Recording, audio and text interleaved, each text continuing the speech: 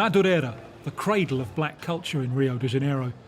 It's a working-class neighbourhood in the heart of the North Zone and home to the Congolese community.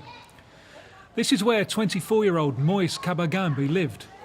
In January, several men beat him to death in front of the beach kiosk where he worked, after he demanded that his boss pay his overdue wages.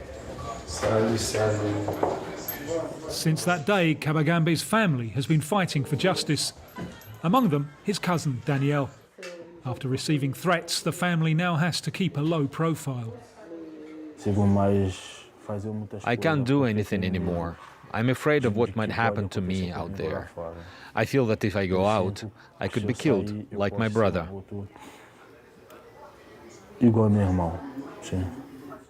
Yvonne, the victim's mother, fled the civil war in the Congo. She thought she would feel safe in Brazil, where 56% of the population is black. I said to myself, I will feel free because there are black, mixed race and white people.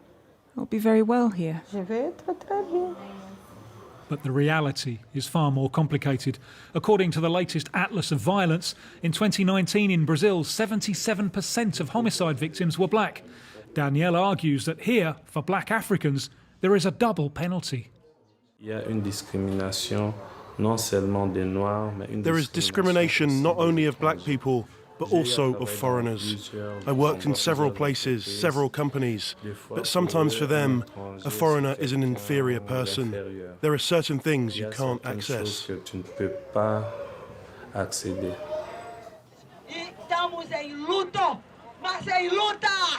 In Barra de Tijuca, an upmarket district of Rio, thousands of demonstrators gathered at the scene of the crime, in front of the kiosk where the killing took place.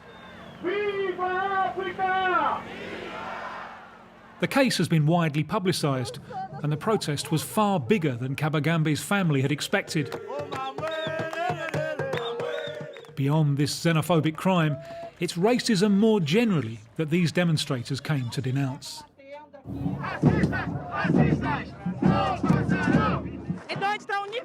We are united today because what killed Moïse kills us every day in every way. Brazilian-style racism, xenophobia and the fascists in power. But we will overthrow them. We are here to shout, Black Lives Matter, and stop killing us. The Rio Bar Association regularly denounces racially motivated attacks.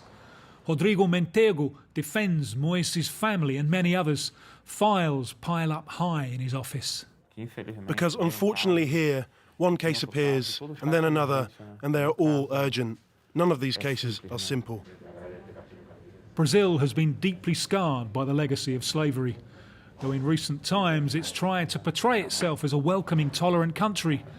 The lawyers here say that racism in Brazil is alive and well, despite being outlawed. Racism is widespread and pernicious in both everyday life and the justice system. The state prioritizes the investigation of certain crimes. When crimes are committed against white people, they are treated seriously. When they are committed against black people, investigations are much slower. Almost all judges in Brazil are white and from rich families. When analyzing a case, they feel much more empathy for their own kind than for a person who is different from them. Just a few days after the killing at the beach, Dorval Teófilo's neighbour shot him 3 times. A white Navy sergeant, the neighbour claimed to have mistaken Teófilo, who was black, for a thief. The 38-year-old father had been on his way home.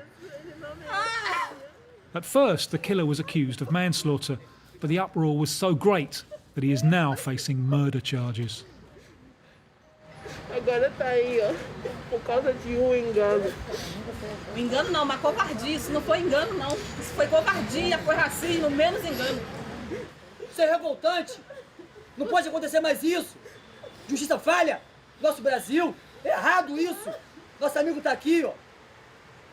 E ele tá lá. Se nós não gritarmos, daqui a pouco ele tá solto. A story that still seems all too common in a country where structural racism continues to claim victims. In Rio alone, in the past 35 years, there have been less than 300 convictions for racially motivated crimes.